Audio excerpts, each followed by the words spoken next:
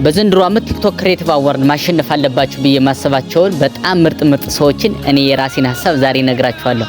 አንደኛ ባርኮት በጣም ወደው ሰውና በጣም ማስታወቂያዎቹን እንኳን እንደ ቪዲዮ ላይ ተዝናንቼ የማያየው ሰው ነው አንደኛ። ሁለተኛ ደግሞ በጣም ወደውና ያለፈው አመት በጣም ሳያሸንፍ ቀርቶ ያናደደኝ ነገር ነበር። ዘንድሮ ብሮክኒውስ ማሸነፍ አለበት ብዬ አስባለሁ። ሶስተኛ ደግሞ በጣም ክሬቲቭ ዋና ምን ወዳት ሁላችን ልጅ ቆንጂዬ ልጅ ዩቲናስ ነች። ዩቲናስ ማሸነፍ አለባት ብዬ አስባለሁ። አራተኛ ደግሞ ሁለት ሰዎችን ባንድ ነው የምነግራችሁ። መልእክተኛውና ማስተር አብነት የግድ በቃ የሁላችንም ሮል ሞዴል ስለሆኑ ማሸነፍ አለባቸው ብዬ አስባለሁ። በአምስተኛ ደግሞ ቴሚ ፌሎ ነው የሚባለው ኤዱኬሽናል ቪዲዮንም ሰራ ግን በጣም ወደው ልጅ ነው። ፐርሰናሊ ቢያሸንፍ ብዬ የማስበው ልጅ ነው። እንደም ዩቲዩብ ቻናል ራሱ ጀምሯል። ሄዳችሁ ሰብስክራይብ ታረጉት። በጣም አስፈላጊ ልጅ ነው ብዬ አስባለሁ። እኔ ፐርሰናሊ እነዚህ በጣም ወዳቸው ልጆች ናቸው።